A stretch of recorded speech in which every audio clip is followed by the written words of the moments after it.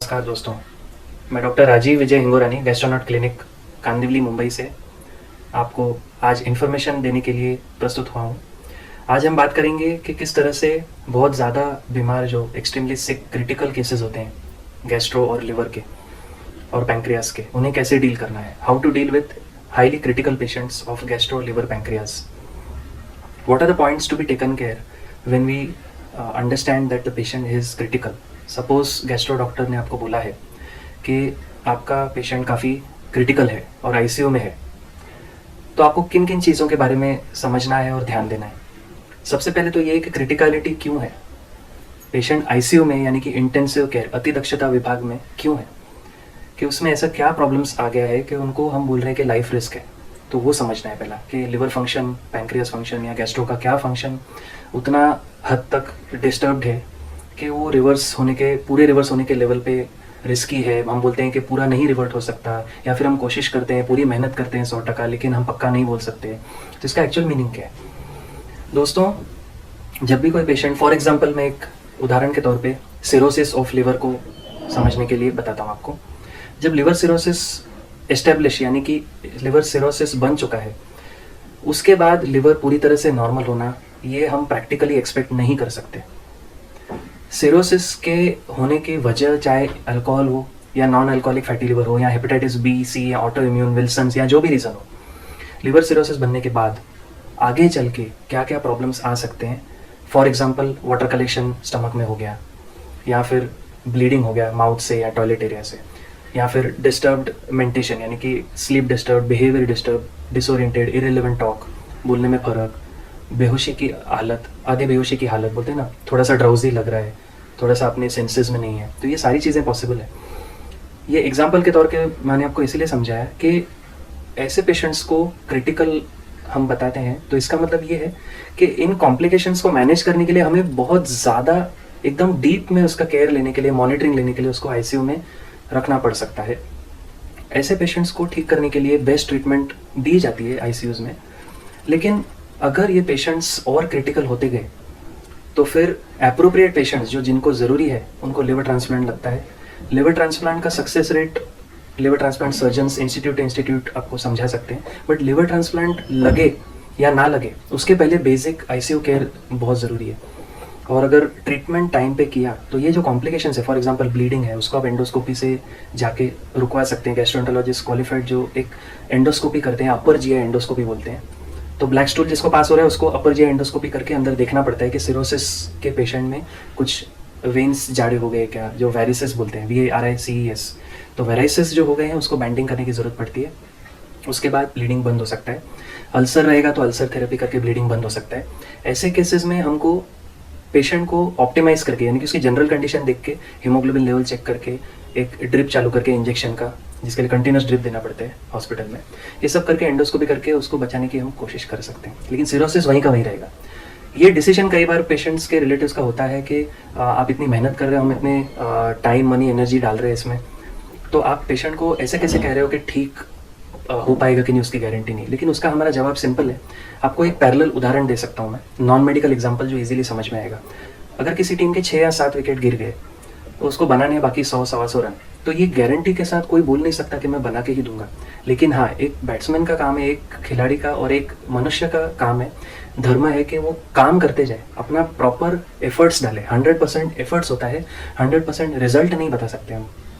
We are also human beings, there are certain limitations, we are not god, so let us understand doctors are only human beings with good medical knowledge. We are not god, we are human beings, we have limitations, and if the patient has come with extremely sick condition, it is not that every sick patient can be revived to the optimal normal health. तो हम कोशिश कर सकते हैं, लेकिन वो मेहनत करने बाद भी कितने डॉक्टर्स कहते हैं कि आपको क्या लगता है ये कौन से हॉस्पिटल में भर्ती करना चाहिए, यहाँ पे रखें या फिर और अच्छे अस्पताल में लेके जाएं। तो वो कॉल आपको लेना है, क्योंकि 19-20 का ही फ़र्क रहेगा फैसिलिटीज़ में नहीं, आउटकम में। क्योंकि कई बार हम, फॉर एग्जांपल आप बोलेंगे कि मैं फलाने हॉस्पिटल में जाऊंगा तो वहाँ पे मेरे को बेटर आउटकम मिलेगा क्या, तो वो आप चांस ले सकते हैं। लेकिन अल्टीमेटली ऐसा भी होता है कि कई बार रिलेटिव्स बोलते हैं हमको आपने पहले क्यों नहीं बताया कि वहाँ जाके भी उतने ही क्रिटिकल रहेंगे तो हमारा पैसा वेस्ट हो गया। नहीं, सी डॉक्टर्स आपको ऑनेस्टली बोलो तो जब मैक्सिमम कैसा है कि पेशेंट पे ध्यान रहता है हमारा, ये नहीं हम सोचते रहते हैं कि पेशेंट को देख के हमारे दिमाग में ये नहीं आता कि अरे यार ये हमारे हॉस्पिटल में अच्छा ऐसा बिल आएगा, वहाँ पे उतना बिल आएगा, ये बिल कहाँ आएगा, तो बिल को ध्यान में रख के हम काम नहीं कर सकते, नहीं तो हमारे पेशेंट से ध्यान हट जाएगा, वो नहीं करना हमको। डॉक्टर्स का काम है पेशेंट पे ध्यान देना, पेशेंट को जो ऑप्टिमल थेरेपी नेसेसरी है वो लिखना, वो एडवाइस करना, वो ट्रीट करना। उसमें फिर एक चैनल आता है कि डॉक्टर ने जो इतना 5-6 दिन मेहनत किया, इतना दवा दिया, ये तो पहले से सिरोसिस का पेशेंट है, पहले क्यों नहीं बोला, ये तो डिफिकल्ट केस है, आप पहले ही बोले होते तो हम ट्रीट ही नहीं कराते। तो वो कैसे है, रेट्रोस्पेक्टिवली पलट के हर इंसान रिलेटिव जो है बोल सकता है कि नहीं पहले क्यों नहीं बताया, बट पहले सब बताया जाता है कि आपका पेशेंट क्रिटिकल है, ऐसा ऐसा है। डे टू डे अपडेशन होता है, जितने भी हॉस्पिटल्स में हम भी विजिट करते हैं वहाँ पे ऑलमोस्ट सारी जगह पे डे टू डे अपडेट दिया जाता है पेशेंट के रिलेटिव को कि आपका बिल इतना है, क्या है। तो वो चीज़ों को आप मिक्सअप मत कीजिए, मेरा ये रिक्वेस्ट है। पेशेंट का केयर सिर्फ डॉक्टर से पूछिए। हाँ, बिल का जो रहेगा वो डॉक्टर के असिस्टेंट या जो हॉस्पिटल रिसेप्शन काउंटर है वहाँ से आप बात कर सकते हैं, और डॉक्टर से रिक्वेस्ट कर सकते हैं कि आप हमें सही सलाह दीजिए कि आपको क्या लगता है कि इससे सस्ते या महंगे जगह कोई है क्या। वो मतलब महंगे क्यों मांगते हैं लोग, के बोलते हैं कि ज़्यादा केयर मिलेगा तो हम पैसे खर्चेंगे, लेकिन हमको एक अच्छी जगह बताओ। अगर आपको लगता है यहाँ पे कुछ कमी है तो हम महंगे जगह पे जाने को हायर सेंटर रेडी है। तो हम कहते हैं नहीं, महंगा सस्ते का कुछ नहीं है, सारी फैसिलिटीज़ जो अवेलेबल है वो हम दे रहे हैं। ऐसा नहीं कि आपको महंगी जगह जाओगे तो बेटर आउटकम मिलेगा। It is just that only if you feel there is some problem in communication, please let us know. Communication is very important. Facilities नहीं रहते तो हम खुद ही बोलते हैं कि भाई आप हायर सेंटर जाओ, वहाँ पे थोड़ा कॉस्ट ज़्यादा लगेगा लेकिन आपको ये फैसिलिटी मिलेगा। अगर हम नहीं कह रहे तो ज़रूरी नहीं कि आपको हायर सेंटर पे जाके बेटर आउटकम मिले ही मिले। हाँ, कई बार क्या होता है, रिलेटिव अपने सेटिस्फेक्शन के लिए शिफ्ट करते हैं कि नहीं, हमको बाद में गम नहीं होगा कि हमने मेहनत नहीं किया, हायर सेंटर नहीं लेके गए। So there is one reason for shifting if the doctor feels that facilities are not proper and he requires some higher care. Second point, relatives have lost trust. नहीं, कुछ तो मज़ा नहीं आ रहा है, कुछ तो समझ में नहीं आ रहा है, हम एक काम करते हायर सेंटर लेके जाते। तीसरा, there is some definite need from the patient relative side, it's say that नहीं मेरा फलाना यहाँ पे है, वो तो वहाँ ठीक हो गया था, हम उसको वहीं लेके जाते हैं। Fourth need for transfer is when the patients have some difficulty in paying the amount. बोलते हैं हमारे बेसिक अमाउंट भी हमको पैसा भरने की हालत नहीं, हम कोई सस्ते सेंटर पे लेके जाते हैं, वहाँ पे भी डॉक्टर रहेंगे तो हम देख सकते हैं, like government hospital semi charitable, तो वो भी चलेगा।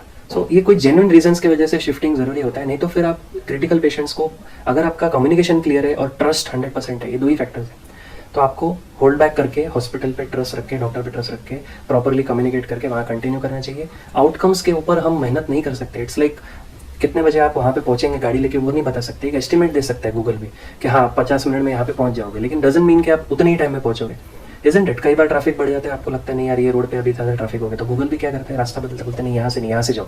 विच means that life is dynamic, there are so many changes which happen. Human beings have to be ready for those changes and accept the positive changes.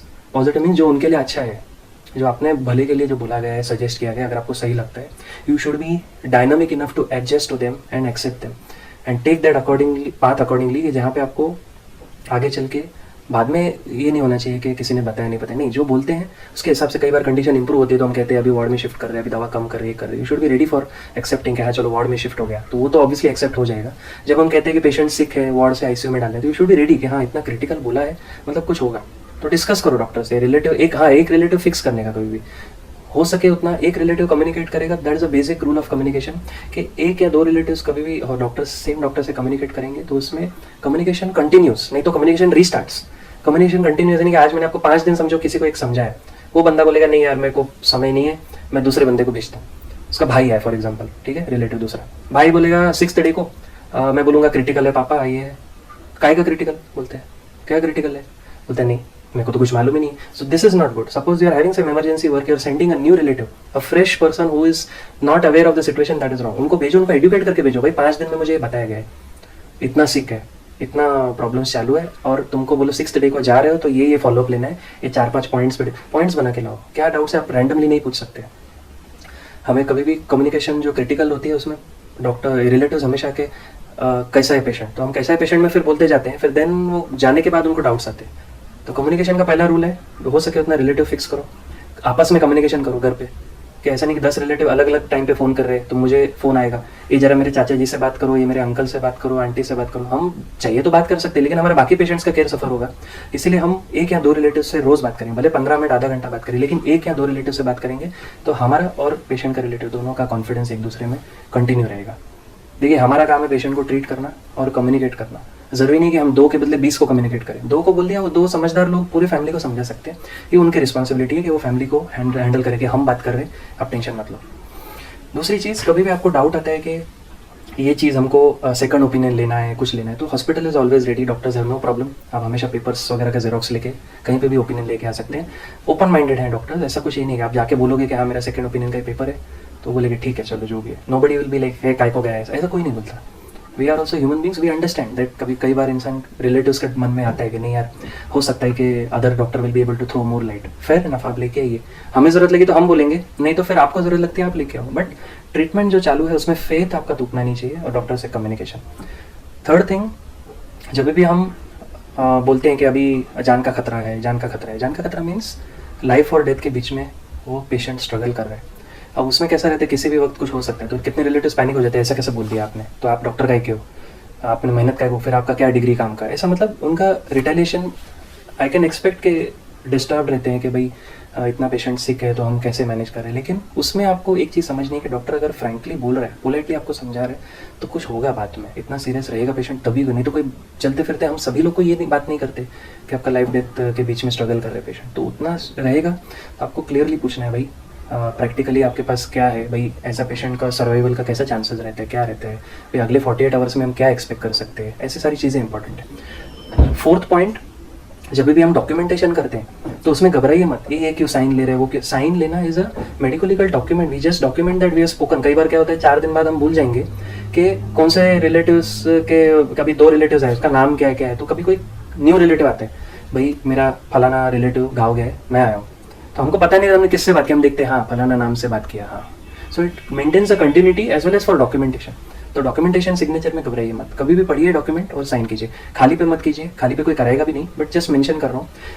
हमेशा एक भरे हुए proper consent form को पढ़िए, क्या लिखा है उन्हें बोलिए, समझाइए मुझे मेरी भाषा में, उसके बाद साइन कीजिए, लेकिन साइन करने के लिए घबराइए मत। एंड फिफ्थ पॉइंट जो कम्युनिकेशन और ICU के लिए इंपॉर्टेंट है, जब भी पेशेंट रिकवर करता है, रिकवरी के टाइम पे भी कई बार सेकेंडरी इश्यूज आते हैं। फॉर एग्जांपल कोई इनकेफ्लोपैथी यानी कि ड्राउजीनेस इन लिवर सिरोसिस जो होता है, ड्राउजीनेस से रिकवर किया, उसके बाद भी कई बार और इश्यूज आते हैं, लाइक पोटेशियम कम ज़्यादा हो गया, कभी कोई यूरिन आउटपुट कम हो गया, ये हो गया। तो आप पूरा कोर्स एक साथ समझ लीजिए कि doctor what are the possible complications and what is the further plan of action, कि आपके हॉस्पिटल से अभी डिस्चार्ज करें या वार्ड में जाएँ तो फिर क्या क्या चीज़ें हम एक्सपेक्ट करें, वो सब लिख के लीजिए कि इनटेक कितना देना है, आउटपुट कितना देना है। सिमिलरली गैस्ट्रो पेशेंट में भी जिसका ऑपरेशन हुआ है, सर्जरीज हुआ है स्टमक का, इंटेस्टाइन का, उसमें भी कितना पानी देना है, नाक के ट्यूब से देना है, मुंह से देना है, कैसे देना है, नहीं देना है, फीडिंग जेजुनोस्टोमी से देना है, पेट ट्यूब से देना है।